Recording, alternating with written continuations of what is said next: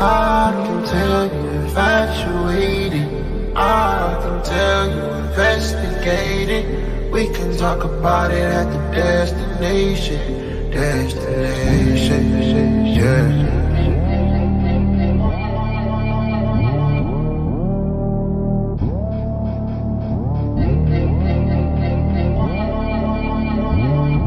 Been feeling that heat all day. I need a little bit of that shade. Do what Simon say. Bend over and touch your leg. Cross the road on bed. God damn it, I need my bread. On the verge of jumping that leg. Screw that shit. This team does not deserve a fucking hype video. We are live, all about the Birds. Sixers post-game show. They lose Game 5 to the Atlanta Hawks at home, 109-106. We got lots to dive into, but the crazy thing about it is we are blinded as fans, okay? The problems exist on this team are because our fandom does not let us see the real true problems on this team, me included. I'm not exempt from admitting my fandom, my homerism has stopped me from analyzing and breaking down the true issues that are on this team. This is the All About the Birds Network. I am Phil Stiefel. We got Chip Keggy over here to my side, Johnny Uleka. Jeff's taking the night off tonight. You know, this is a disaster. This is not what we wanted to talk about tonight. We wanted to talk about a big win. Johnny, are you pissed off? Yeah, and a lot of people are going to, call out Tobias Harris. And I see Tobias Harris, but what about Ben? What the hell did Ben do to separate? Team? I understand the whole goddamn it's team. Fine. But Seth Curry and Joel Embiid the whole can damn only do team. so much. Yeah. Let's not talk about one specific person. Let's talk about the whole fucking team, because this team put up a piss-poor performance again. Nobody can come at me for blaming me for making a prediction at halftime that the game was over. I did not do that tonight. This team took the foot off the pedal. It's been a problem all season. Everybody's jumping in with the comments. Like, share the video, retweet if you're on Twitter, all that stuff. Yeah. Jump in. We will go over as many of these comments that are flowing in as possible. Chip, are you fucking pissed off? I'm fucking pissed off. I don't understand how you can be holding that big of a lead. You see that your mediocre bench once again provides no spark, provides nothing, and you leave them in. You look and you see that outside of Curry and Embiid, who really scored the majority of the points, the team shut down in the second half. Tobias Harris was nowhere to be found. Ben Simmons has had an awful series overall, and you don't have a fifth starter right now with Danny Green. I don't understand how this team is the number one seed right now. Everybody told me I was an idiot when I said losing Danny Green was a big deal. Huge. It's huge. Nobody agreed with me on that. But guess what? It's a big they're wrong fucking deal. Dude, all these comments coming in. Yeah, that was a Brett Brown moment from Jason. Exactly. I mean, we got to call out Ben Simmons. We got to call out Tobias Harris. We got to call out Doc. We've got to call out, pretty much every player on the bench. George Hill, all his experience. There's so many people to call. There are only two people in the last two games that have played well. Joel Embiid and Seth Curry.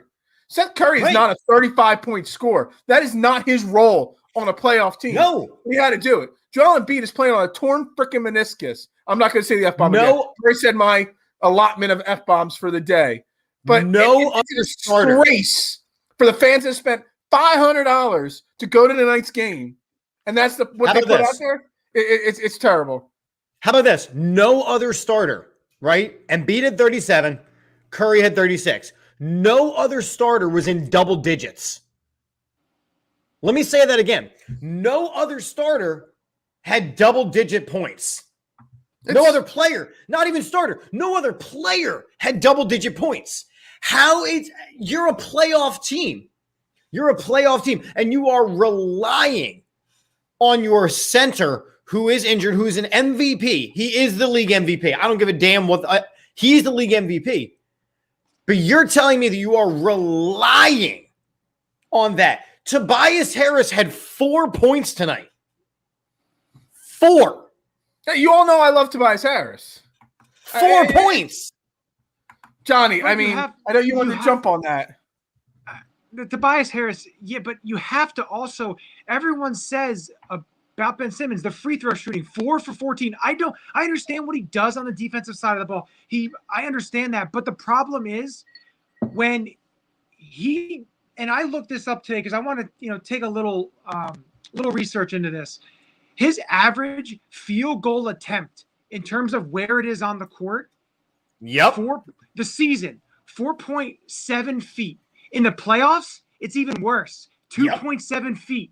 That's how far away from the basket he takes an average shot. It's for your primary ball handler to basically It's not even the 3-point conversation anymore. No, he refuses to take a jump shot. He refuses to take a shot. If he is not putting the ball back in a layup, if he is not putting the ball back in a dunk, he refuses to shoot the ball. And at this point, having Ben Simmons on the court for 38 minutes to take 4 shots and 14 free throws to come up with a grand total of 8 points is a liability. Defensively, He does what he needs to do.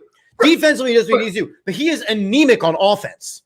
Yeah, it's so easy in a half-court offense, a half-court defense in the playoffs. We saw it with Boston in years past. It is so easy to take Ben Simmons' skill. And I forget who it is tweeted at me earlier tonight. I can't remember who it was, about how Ben Simmons is a great regular season player, but an awful postseason player.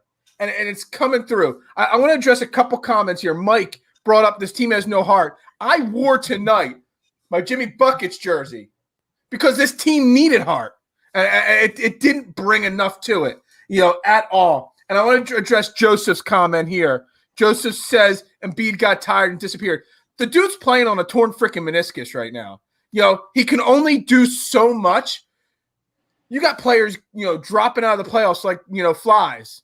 But yet Joel is out there 36, 38, 40 minutes a game on a torn meniscus right now. There's nothing negative I could say about Joel. He's leaving it all out on the court. And right before one of the last sets of free throws there that the Hawks took before the game ended, you could see his body language and his facial expressions. He was pissed. I hope he goes into that freaking locker room right now and tears each and every one of his teammates a freaking new asshole. Okay, because I'm not going to bash Joel Embiid, but he's got to make those free throws.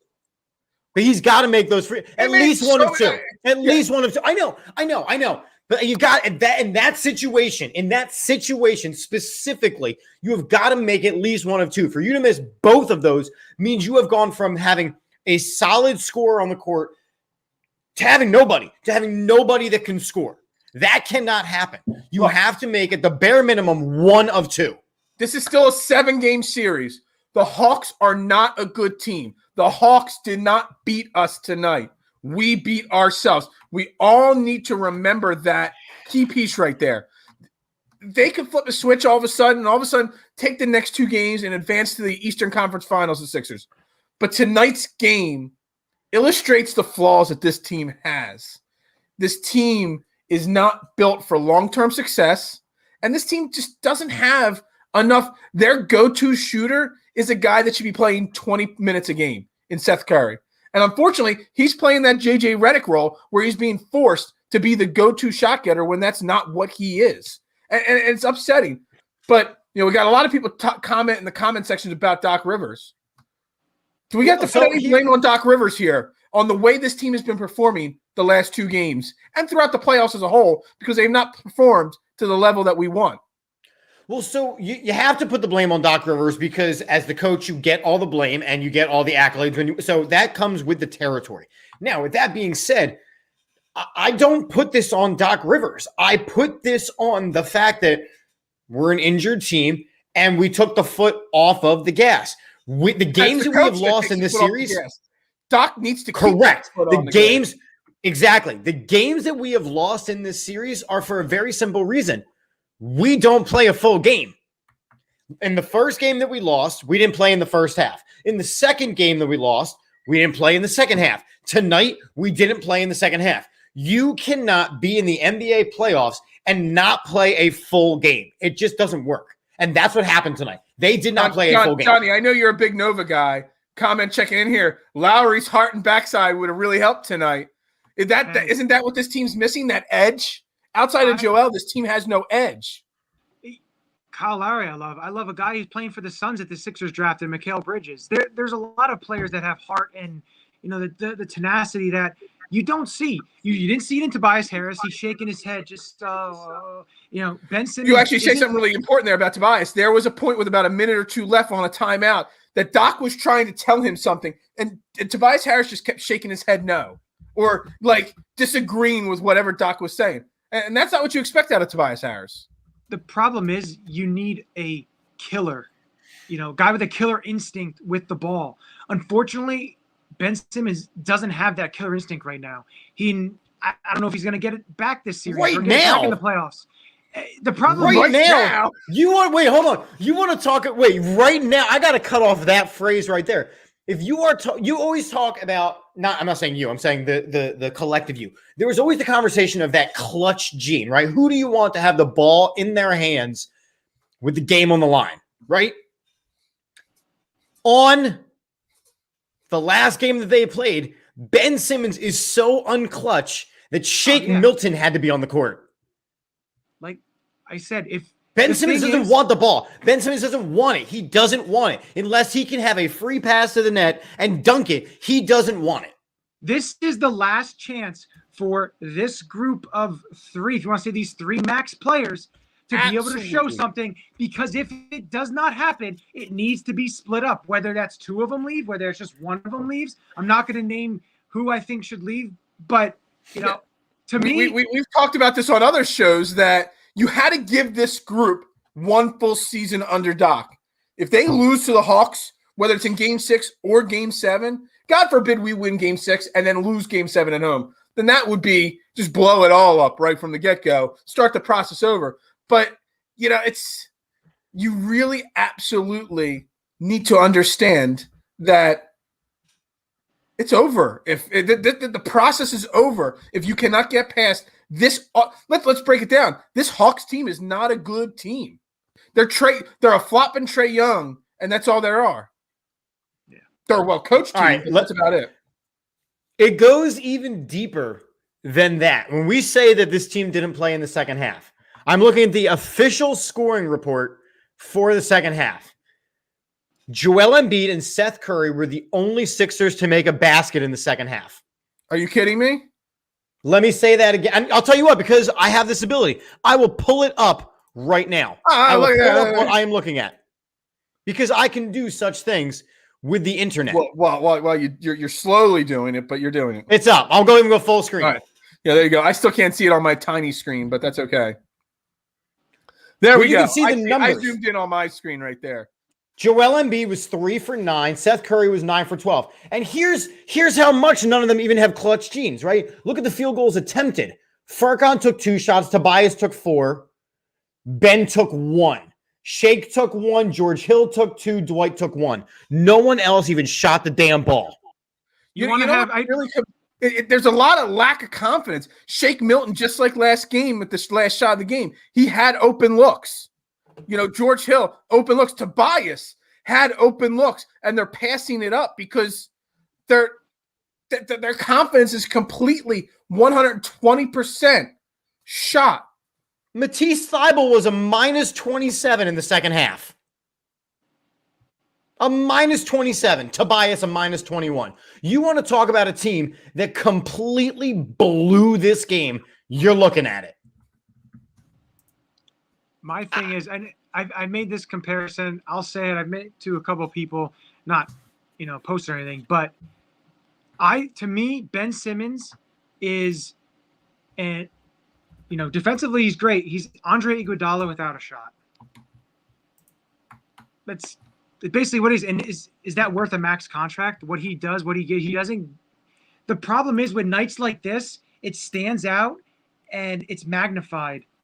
Big time, especially, and Tobias is at fault too, but Ben's also at fault. When you have guys like Curry and Embiid who literally put the team on their back, they can only do so much. You can't win with just 2 guys. But and one of those guys is Seth Curry. To this guy here down at the bottom, you want to come in and debate? We're open to let you in. We cannot send you the link through YouTube.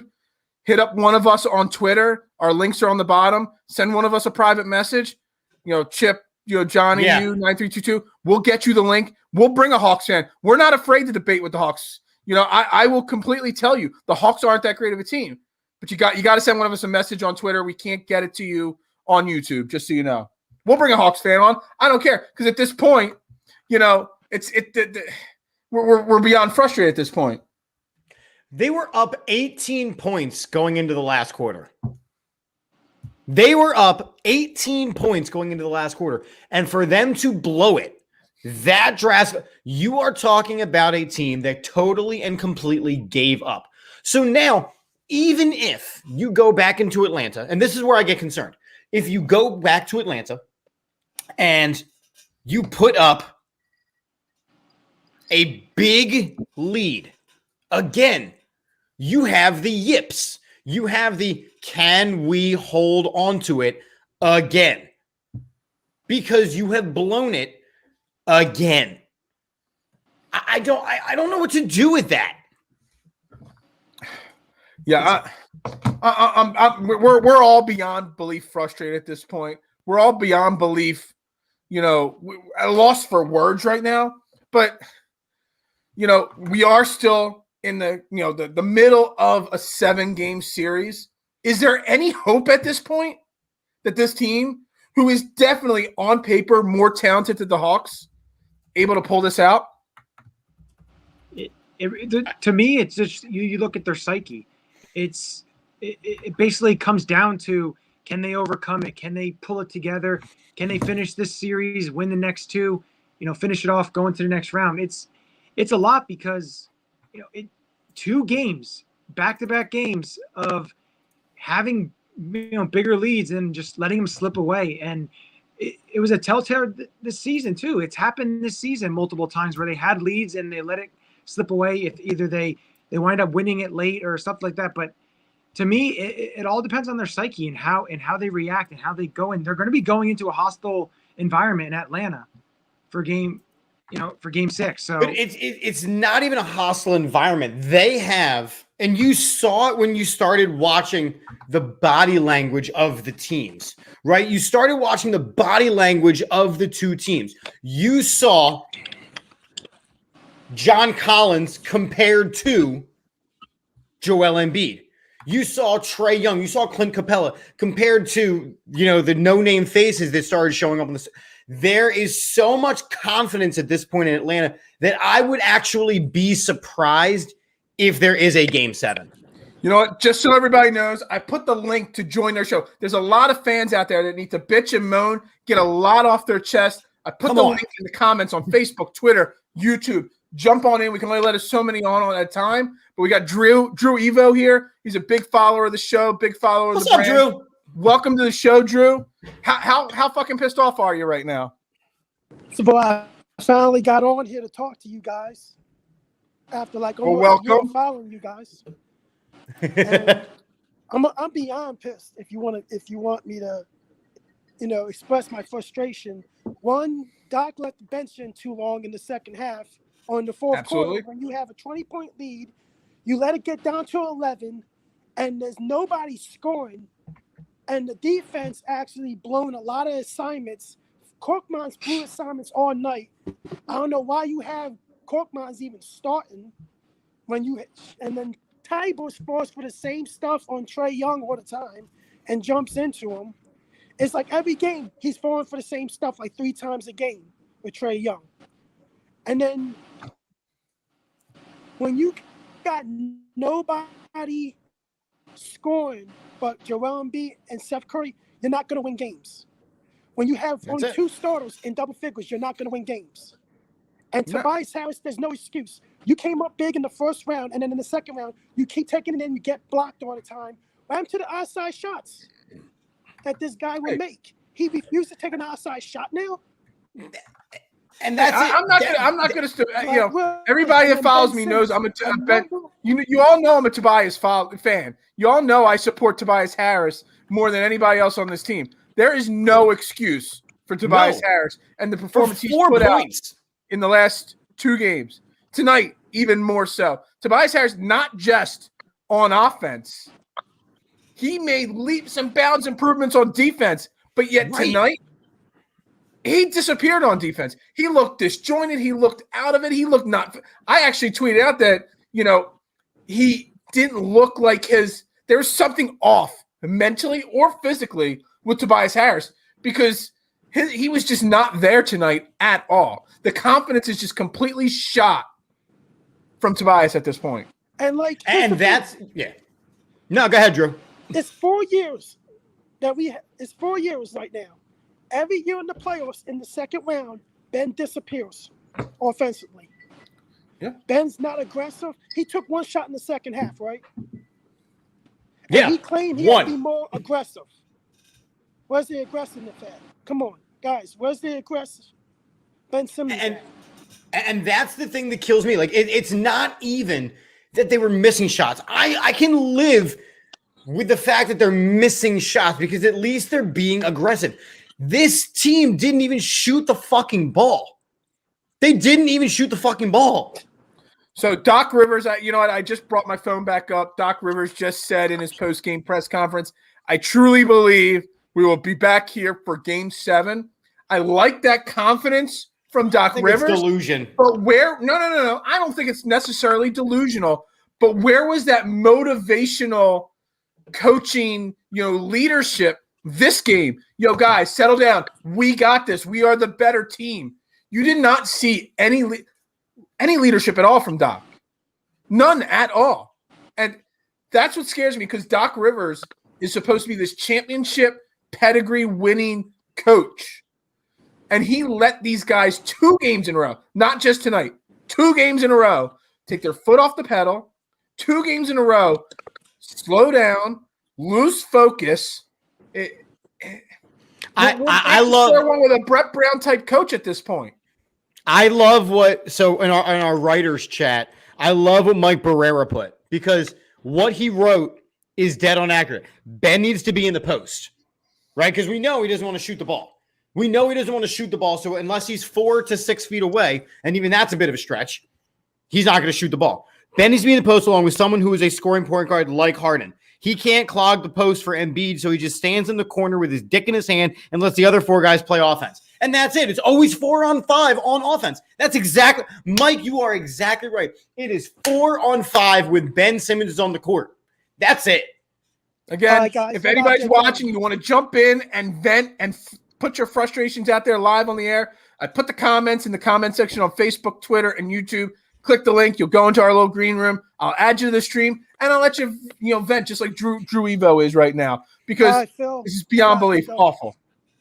What's that? Get going. Thank you for having me. Hey, Drew, thanks for stopping in, and thanks for all the support for all about the Birds all the time. Yeah, man. So at this rate, we'll be back to football talk really soon on this network. All right, man. I'll hit you guys up. Hit me up. I'll see you guys later. You got anything to plug? Right, Drew. Plug your channel and your account. Guys, I co-host boxing podcasts on YouTube, the Shoe Shine Podcast. We're also on Apple Radio on the Leave It in Ring Network. Hit me up. You can follow me at Drew Evo on Twitter, Drew Evo on Instagram. Thanks, guys, for letting me plug in my platforms real quick. Hey, Drew Evo on we're all Twitter, here to help each other out, Drew.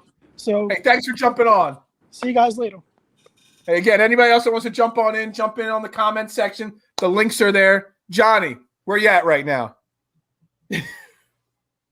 So what Chip said with Mike's comment is 100% right and so accurate. It's so right.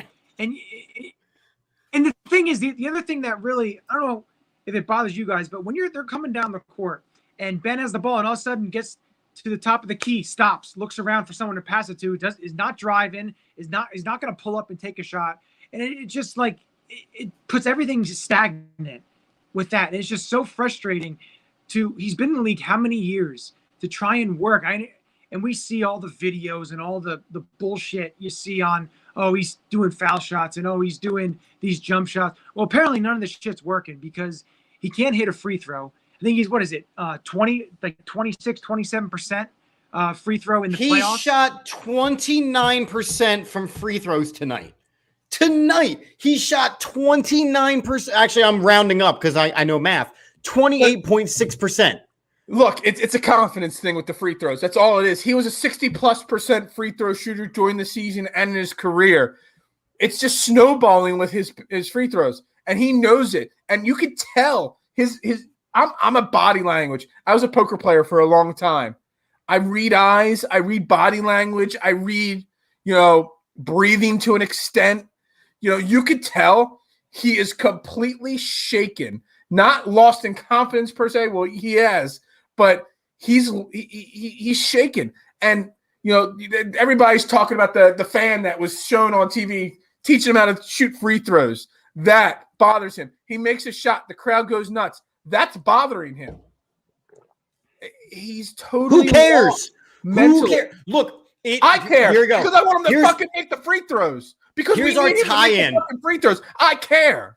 Here's our tie-in to what Wednesday nights are supposed to be for us. It is the same bullshit that we just got rid of a quarterback for. Philadelphia is a tough-ass town to play in. If you cannot hack it mentally, get the hell out.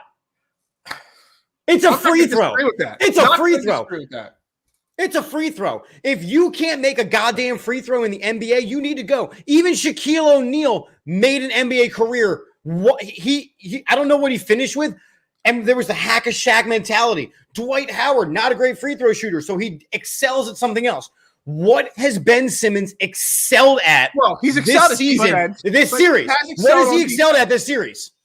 Defense. He's played great. He hasn't, because Trae Young is still scoring on him. Trae Young is still scoring on him. Scoring is not because of Ben not playing great scoring. Is because he's flopping around, yelling at the referees. If any other player in the NBA in the playoffs right now yelled and shouted at the referees and clapped their hands at the referees like Trae does, they'd be teed up and thrown out of a game in no time. I absolutely agree with you. I'm not giving Trae Young absolutely agree with you.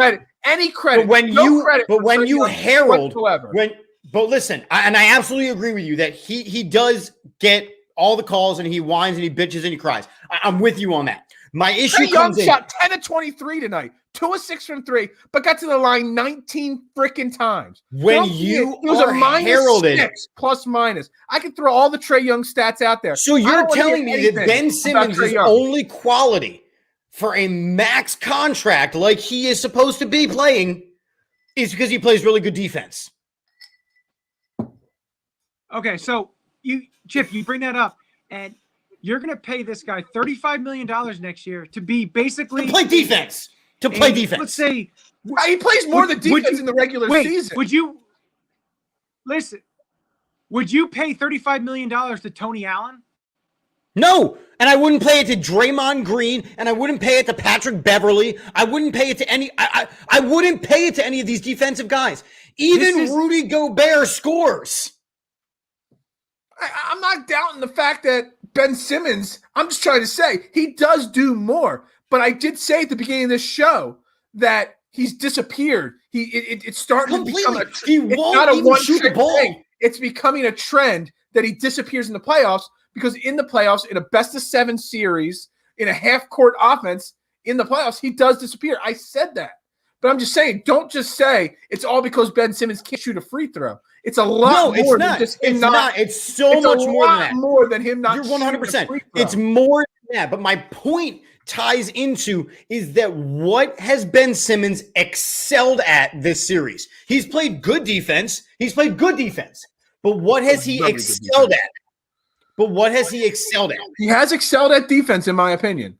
And I disagree. I think that, look, the whole team defensively is falling apart. The whole especially late games, yes, absolutely. Right, because defense is a team effort. So when you have to pull your superstar player or your superstar 2 player off the court because he is a liability on offense, that's a problem. That is a massive, massive problem. Combine that with Tobias Harris totally not even showing up for I think he's still in Atlanta. That's the problem. He didn't even make the trip home. So combine those two things, and you have Joel Embiid carrying the team on one leg and Seth Curry trying to channel his brother in the playoffs. But you have Tobias Harris on the court for 37 minutes, and he gives you 4 points. You have Ben Simmons on the court for 38 minutes, and he gives you 4 from 14 on the line. My buddy from college, O'Rourke, he just texted me. He said that It's not that Toby and Ben are bad players. They're not closers. And all of a sudden, as you're talking, that's really resonating with me right there. It's that term closer. Because Ben didn't have a bad first half defensively, offensively. He missed some free throws. Tobias Harris disappeared on offense in the whole entire game, but it wasn't noticeable till the end of the game because they're not noticeable. They're not closers. They disappear in the fourth quarter in the big moments. And it's really resonating, the message that my boy Brian is sending me right now about that. No, and that's right. That's that clutch gene thing that I was talking about before. That's great. So far, Jason's got the comment of the night right now. Hector Neris. Great. He would be a great 8th inning pitcher, but a terrible 9th inning pitcher. You know what I mean? Like, we don't have that Kobe Bryant mentality, that Mamba player, that Jordan type player. That we don't have a player that can make the big shot. Because think about it, the other night, what was it? It was Shake Milton dribbling the ball for 6.4 out of 6.6 seconds and giving them this differently. It's not that they're afraid to take the shot, not make the shot, because Shake doesn't want to take the shot. Tobias Harris doesn't want to take the shot. They're playing hot potato. So it's not afraid to make it because they can't make it. They're afraid to take it. Kyle Lowry, who somebody early in the show brought up, would be obviously make a difference at this moment on this team. Kyle Lowry's not a great percentage shooter, but he's not afraid to take the shot. And if he misses it, he's not afraid to take the flak for missing the big shot. This team has even Danny Green. Like this is why I like Danny Green. Like Danny Green, when he was playing, was in a slump shooting the ball. Right? We all saw it, and that's why all the talking began. Oh, you got to sit him. He's not playing well. He's not okay, but he was still shooting the ball. At least he was shooting the ball. Tonight, you saw, especially in the second half, nobody would even shoot the ball. It was like the ball was covered with the plague, and nobody wanted it. You can't. We both always love quoting the replacements, right? What's our quote? Jimmy McGinty, share it. You have to want the ball. Winners want the ball. Winners want the ball. And for that reason alone, I am terrified that the season ends Friday night. You know, if the season ends Friday night, that means next Wednesday night we have to talk about Nick Mullins as the third string quarterback. So the season better not end Friday night. Listen, I'm just saying, the last time we had a quarterback with the name Nick on the team, it worked out pretty well. Just Mullins it over. Just Mullins it over. But there's gonna be a lot to talk about if the season ends because it's gonna be this, but it's gonna be magnified 100 times. Look, I see comments like this all night on Twitter. Just Simmons going to be back. You know, is Doc Rivers going to be back and all? I'm not ready to address directly these comments till the season is over. We're still in the middle of a 7-game series. Yes, we are down 3-2. And I know the stats say in a 2-2 series, whoever wins game 3, I forget what it is exactly, but 80-some%, wins the series. I'm not ready to address the offseason yet. I don't know about you guys. If you want to address it, you can. But I'm not ready to address the offseason yet and the moves specifically. But how about this, right? Rivers on Simmons and the free throw issues. Quote, when Ben makes them, we get to leave him in. When he doesn't, we can't. That's just the way it is. So get him making your free throws. Second time ever in over a year of All About the Birds that my brother's checking in here. There you go. Dude, your flight for Disney leaves in like 3 hours. So why don't you go get an hour of sleep before you gotta leave for the airport, bro? So wait, the first thing you do when he checks in is you tell him to get the fuck off the thread? Yeah, exactly. He's a Bulls and 49ers fan, so he don't know anything about Philadelphia anyway. So Bulls and 49ers, huh? Look, we went from he's one of those. Let's not cheer on our favorite hometown team like you and the Mariners because I like Ken Griffey Jr. or I like Joe Montana. So yeah, but I'm not a bandwagon. Mariners haven't been in the playoffs in 20 years. Did I still have still? You're committed to your shit. Games. He don't watch the games unless they're in the playoffs. So my brother's. I don't understand at this point how we went from in the offseason Ben Simmons, he's working on his 3-point game. No, but I told everybody in the offseason he wasn't working on that shit. I don't really care what Instagram videos or Twitter posts he puts up or throws into people's DMs and all of him shooting free throws or whatever he's shooting and everything. We don't need to worry about what he's doing on social media. We need to know what we actually see in the game. So which ties into our normal Wednesday shows. Anybody, but I'm making a dig what's going around today. That ties into our normal Wednesday shows. Then how can we say that Jalen Hurts is ready to lead the Philadelphia Eagles? Okay. Because all we know is that he's a social media quarterback. I hate the social media quarterback and the social media workouts and all that stuff. I don't really care about it. I want to see it on the field, on the court, on the diamond. And you know what? We're not seeing it on the court. That's my point, right? What? Right. And am I still here? Okay, no. And that's my point, right? So you're making a point. Again, you're making a point. I'm trying to. I'm not sure what's happening to my Wi-Fi. So Ben Simmons is all. I'm going to learn about this. I'm going to practice my threes. We have gotten from, is he going to shoot a 3-pointer tonight? And the over-under, is he going to shoot 1 3-pointer tonight? 2, is he going to take a shot outside of the paint tonight? Outside of 2 feet. I think the bigger question is outside the paint. Well, no, he was 4 for 14 in his free throw shooting. What was his percentage in the DMs to the females that he had over the last couple of years? Let's not talk about that. See, the thing is, Johnny, when you want to make a joke, you got to do it subtly. You can't just directly throw it out there. You kind of got to make a little sly comments like I did, not just let's see. Here it is. I mean, I know Ben Simmons just said here it is, but that's not what you got to do. You got to just kind of toss it off to the side and see if anybody picks up on what you're laying down there. Maybe you should focus. This show's going way off the rails because of what's going on. Look, this is what the Sixers have brought us to. All right, so 38 minutes into this show, we've bitched, we've moaned. Again, guys, if you want to join in and vent and bitch and moan, comments are right down here. Click on this link. I'll put you on the screen. You can bitch and moan. You can say whatever you want live on the air. It's after 11 o'clock. If you want to drop an F-bomb or two, we've dropped plenty of them already. Bring the heat. Bring whatever you want. But at this point, while we wait to see if anybody else joins the show, what is your confidence level, guys, going into Game 6 Friday night? Is it literally 0% to both of you? I still think the Sixers are a better team. They, on paper, are. Absolutely. In execution, they are not. So that gives you literally a 0% confidence level. I honestly, because of the way that they lost this game and they're all walking around hanging their heads, and Ben Simmons is outwardly saying that this is mental, and I truly believe, I would say that there is a 10% chance that the Sixers come back to Philadelphia to play a game after Friday. We got somebody else checking in here. I'm not even sure who this is. That's not connecting. Whoever just tried to check in, Philly 33, it says you're not connected. So check on your Wi-Fi and stuff like that, and we'll try to bring you in here.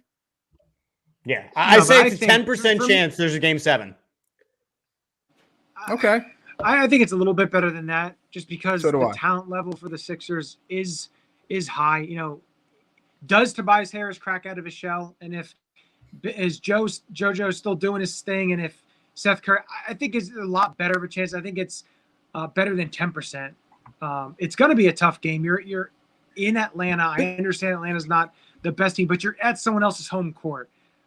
But the thing is, the confidence is if they get out to a big lead, you don't have the confidence they're going to hold it, because what have they done exactly. the last couple of games? Look, we've gotten so bad that Adam's checking in with Philly's comments right now. That's what this team has done to us, that we're getting Philly's comments on a Sixers postgame show because of how bad they are. Right, but so I'm looking at Jason's comment up here, right? I think Embiid will win this game on his own. That's what he tried to do tonight. He had 20 and 10 in the first half, and they still lose. Look, I had this little bit of doubt in the back of my head about tonight's game before it started. And I had this thought in the back of my head. Torn meniscus, right? At the end of the season, when it's after Game 6, whether it's in the Eastern Conference Finals, they win the finals, whatever it is, wherever the season ends, Joel is going to have surgery on this torn meniscus. Can we agree on that? Then there's going to be a 3 to 6 month recovery on that. Are we wasting Joel Embiid's recovery time right now on a useless, no chance point right now of him playing right now? Like, should he have just not just gotten the surgery? The rest of his team is basically wasting the effort he is putting out there. And now next season, whatever changes come next season, Joel might not even be there at the beginning of the season. So we're not even going to know what we have next season because Joel might not be ready till December or January next year. And then we know how the Sixers organization is with rest and, back-to-backs and all that other crap that we went through already with this process. We're wasting Joel Embiid playing on a torn meniscus to win a title this year, and we're not going to because of the rest of the team. They all need to man up. But let's just hope Joel Embiid doesn't go bowling this offseason. Or dancing on stage, or concerts are back going on and all that other stuff and all. Yeah, we touched on Doc. I'm not sure how I feel about Doc at this point and what I want to think or say about Doc. I do know my boy Scotty brought up about how Sam Cassell might get some opportunities with some of these coaching jobs that are out there. But on the flip side of the equation, I want Sam Cassell here. So I don't know what's going on there. What's going on here? What's this say here? Turn off that comment. There you go. There we go. I did turn it off. Stop touching it. There we go. Teams trailing by 18 plus entering the fourth quarter have a 6-617 postseason record in the shot clock era. I don't know if I could trust it, but it's probably pretty accurate right there. That is a historic. An absolutely historic. Well, it's not blowing of a game. 617. It's 617. So at least it's not over.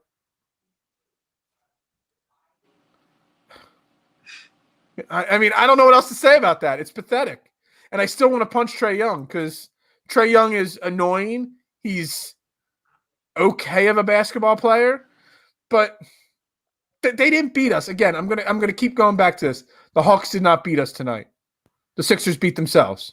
And that's what it comes down to. That's why you have to look internally, whether it's Doc Rivers, whether it's Ben Simmons, whether it's Tobias Harris.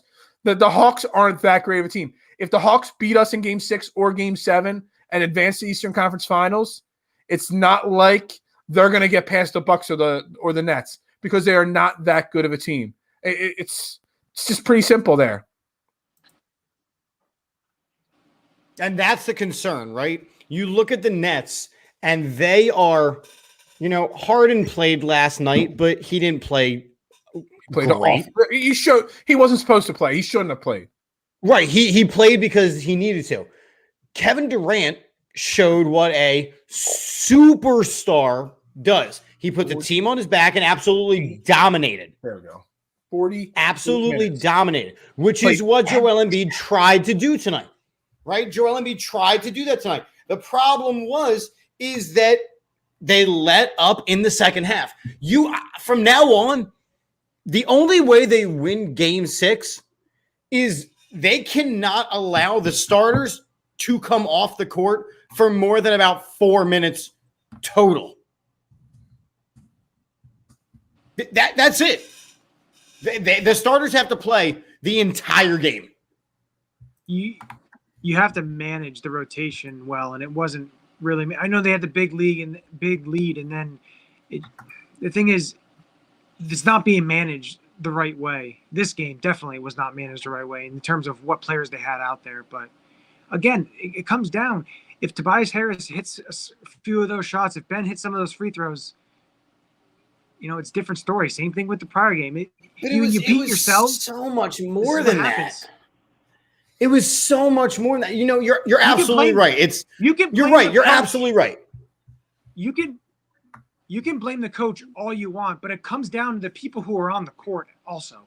They hold a lot of blame in that too. Right. But what I'm saying is you are. But Johnny is right. Like what if he makes the free throws? What if they do? What if they're more aggressive? The problem is that you're in the playoffs. You got to stop with the what ifs. 10 missed free throws. Right, it's a different game. 10 missed free throws, and the game's different game. I can't play with what ifs anymore. The proof is in the pudding.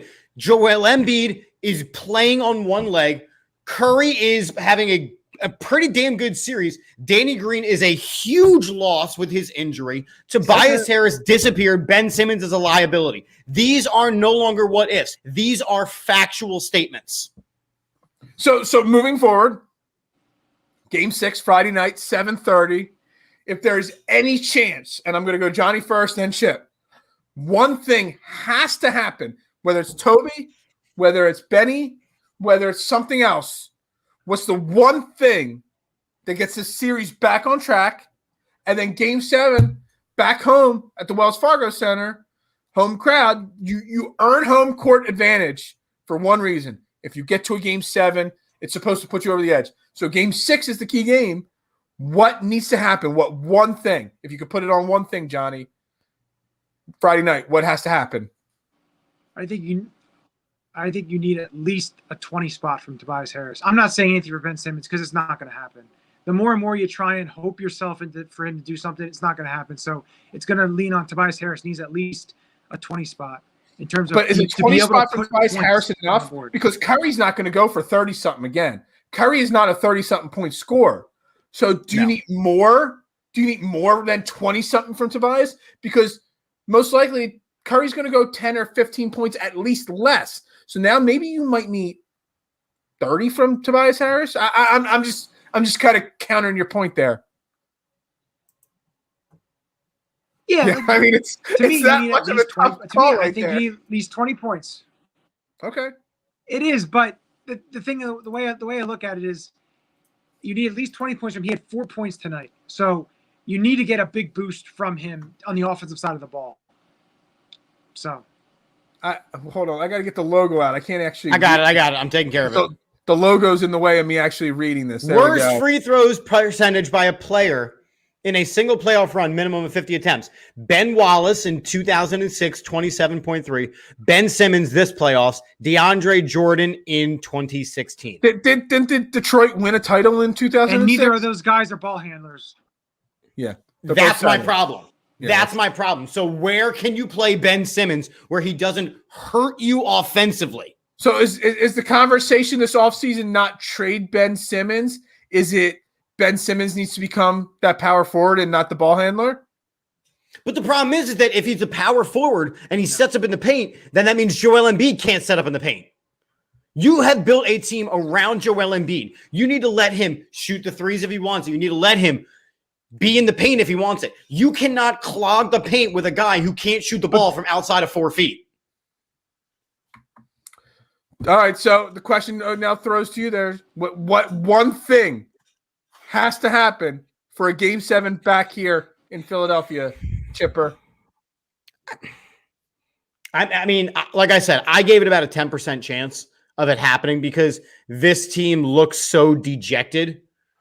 You know, they do. The team looks dejected. So for me, I would say that I think it does come down to Ben Simmons because you need him on the court defensively. That is, you cannot question that. You need Ben Simmons on the court defensively, which means you need him to produce offensively. I feel that the way that they can get back in this series is a triple-double by Ben Simmons. Okay, I'll take a triple because he's supposed to be the triple double guy. Now, I'm not saying he's got to score 20. I'm not saying he needs to have 25 assists, but he has got to be a part of the team. He's got to be a part of the game on offense. And the only way he does that is with the ball in his hand and him facilitating. Like Mike Barrera said, it is not standing in the corner with his wiener in his hand waiting for Joel Embiid to do stuff. He has to have a triple double. He has to be the facilitator. Real quick before I say what I think needs to happen in Game 6, Greg brings up Matisse Thybulle. I put it out there. Is it not? We haven't addressed it tonight. Isn't it nice to see a young Matisse Thybulle? He is not scared to take the shot anymore. Tonight he made a couple shots. The other night he took some. The last game he took some shots and missed them. But the confidence in taking his shots is there now. And it's really great to see. And the league needs to watch out. If Matisse Thybulle continues to develop and gain confidence, not necessarily become a 40% three-point shooter, just has the confidence to take the shot, watch out, NBA. Matisse has got some real strong talent there, and he knows his role. So having that confidence keeps him on the court in clutch moments. And I think, like, looking at where Matisse started this season to the fact that he ended up on the NBA all-defensive second team, he wasn't even cracking the lineup to go from where he is now. So you look at Matisse and you go, well, that's what I want Ben to do. I want the exceptional defense, and I want some scoring out of the guy. Mm-hmm. So for me, right this very second, if it's a choice between Matisse and Ben, I'm leaning toward Matisse because the upside is there. Ben Simmons is peaking right now and actually declining. Ben Simmons is 25 years old. But what I'm saying is where he's at, you have seen a massive plummet in his playing this series, especially. Yeah. I'm gonna lost to comment on that because I'm not giving up totally on Ben Simmons. No, neither am I. I'm just saying I like the idea of having both of them. I like having both of them. Yeah, exactly. So, but you've seen Ben Simmons this season. And he's done it in the playoffs multiple seasons in a row. He disappears. In the round that we go out, Ben Simmons disappears. I get that. And smart coaches stop him. This analogy is funny. I know a lot of people don't follow hockey, but the Ben Simmons disappearing in the playoffs, but having good regular season and everything, it's like Claude Giroux. People complain because he has great regular season. The playoffs come around, you don't hear his name. He's not on the scoring sheet. He's not playing very well, and everyone wants to get rid of him. So, yes, you can get rid of him. He's only 25. I understand that. But for me, if you happen to do something, it better be for the right player, the right piece. Yeah, Dame Lillard. Anyway, so real quick before I say it, everybody watching on Facebook, Twitter, YouTube, thanks for tuning in. Make sure you click and follow, retweeting, sharing, subscribing on YouTube. We appreciate any and all support. The more people following and sharing this stuff out is great. I'm going to end it with my thoughts for Game 6. I think it comes to Doc Rivers between Game 5 and Game 6. Somehow, if you're an all-star, Hall of Fame level coach, you need to get these guys confident in what they do. The hesitations from Shake Milton, George Hill, Ben Simmons, Tobias Harris, every single player outside of Seth Curry and Joel Embiid, they all have no confidence in what they're doing right now. That's where coaching takes you to the next level. That's where Doc Rivers, a championship-winning coach, is supposed to take you to the next level.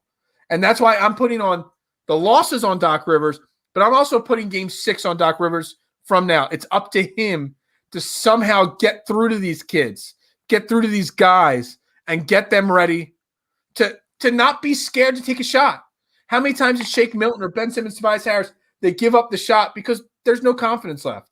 So it's time for them to listen to what Doc puts out there. It's time to them, put him at power forward, get Lillard. I mean, it's not an awful thought. No. You need a point guard that can score. Ben Simmons is not that guy. He's just not. Yeah. Anyway, we're gonna wrap this show up for the evening. I think we've vented enough for the night. How would Jimmy Buckets look on this team right now? At least he'd have some heart out there tonight. He'd score. He'd score. He'd take a shot. He'd take a shot. Like, he's not scared to take the shot. This is the All About the Birds Network doing a Sixers post-game live. We're on Facebook, Twitter, YouTube, Instagram. We're on them all. Make sure you're following, subscribing, setting the notifications to on. So when we go live, because we got shows covering all the different sports, all the different teams out there, make sure you have the notifications on so you know when we go live. Tomorrow night, we have a brand new MLS Philadelphia Union show at 8 p.m. live right here on these channels. Make sure you're tuning in. We got Dave and Mike. They're going to do a kick-ass job covering the Philadelphia Union and the MLS. Lots of great content that I don't truly understand because I'm not a soccer guy. But let me tell you something. They do a kick-ass job covering it. They're in the press conferences. They're interviewing the coaches and the players. Make sure you tune into their show. But make sure you tune into all the All About the Bird shows. You got Chip and Dish. You got Johnny's Draft Show. You got my golf show on Tuesday nights. U.S. Open this weekend. Lots of great content. And we got some great sponsors. We got Manscaped. AAT Birds is get you 20% off at manscaped.com. All the podcasts are sponsored by Manscaped. Support us. Use our promo code. We'd appreciate it. That's how we get to continue to do these shows. We got 99jerseys.com. Father's Day is coming up. Get your dad at Al Bundy. Polk High scored 4 touchdowns in the championship game. They've got his high school jersey on their website. AAT Birds 20 gets you 20% off on their website. We got Odds Jam. If you're a gambler like I am, I've got all my U.S. Open bets right here and all my U.S. Open DraftKings lineup info right here on this piece of paper. They do the Arbitrage Calculator. Helps you not lose money. Our website, aatbirds.com. We have a store, aatbirds.com/shop. We got all our great, shirts, hats, hoodies, all the great stuff on that. And, of course, Statement Games. It's a fun, free fantasy site. Check them out, statementgames.com. All these sponsors are in the bio of the show. Make sure you check them out. We greatly appreciate any and all support. Just click and share, click and retweet. That in and of itself helps us continue to grow this great network. As always, Bill Stifle, I will be ready to go Friday night. I'm not giving up on my team. My homerism will continue to go. I'll be ready to rock and roll Friday night at 7:30. That's Chip Kagi, Chip for the Birds right there. We got Johnny U. Jeff took the night off. That's fine. He don't have any basketball knowledge anyway. It's all good. This is the All About the Birds. We normally say, go Birds on Wednesday nights. Let's say go Sixers, right, guys? 6 and 7? It's going to have to be. It has to be 6 and 7 now. All right. Go Sixers. Here they come. Hey, one quick thing real quick before we go out. The few people watching, I want to say happy Father's Day. Outside of me, you got Chip. He's father of 2 great kids. Johnny, father to a great daughter. Jeff's got a great daughter. I got a dog. Dog dads count. But happy Father's Day to all the dads out there. They're not all dogs. They're dads. Happy Father's Day to all of you. I think about my dad every Father's Day. I lost him a long time ago. Happy Father's Day to all of you out there. Say kind words and show that love to your dads out there this weekend. Happy Father's Day, guys. Father's Day is just around the corner, and y'all probably need a gift for your hairy dad. Make your dad proud this year and get him and yourself the Manscaped Lawnmower 4.0. You heard that right, the Lawnmower 4.0. Get 20% off and free shipping with the code AATBirds at manscaped.com. Shoot, it was just last week when I asked my dad, "Hey, Daddy, how's your balls doing?" He said, "Son, it's a hairy situation." I said, "Well, boy, Manscaped just released a brand new product, the Lawnmower 4.0. Imagine surprising your dad with a sleek, well-designed and optimized body hair trimmer that says your balls thank you on the box. Their 4th-generation trimmer features a cutting-edge ceramic blade to reduce grooming accidents thanks to their advanced skin-safe technology. Well, you might ask, how is the Lawnmower 4.0 different from other trimmers? Well, it includes a multi-function on-and-off switch that can engage a travel light. Great feature if your father or yourself to travel. And it gives you the ability to turn the 4000K LED spotlight on and off when you need a more precise shave. Shoot, now you can shave your balls in the dark. You can trim with additional guard length and has a wireless charging system. Yeah, you heard that right. Wireless charging ball trimmers are a real thing. The Weed Whacker nose and ear hair trimmer is the best nose hair trimmer on the market and perfect gift for your pops if you've seen that nose bush sticking out your dad's nose. Not to mention amazing products like the Cologne, Crop Mop, Ball Wipes, Crop Reviver, Ball Toner, and Crop Preserver Ball Deodorant. Get 20% off and free shipping with the code AATBirds at manscaped.com. Get your dad a gift you know they will use. That's 20% off for free shipping at manscaped.com and use the code AATBirds. Don't forget that you came from your daddy's balls. This year, show your original home some love with Manscaped.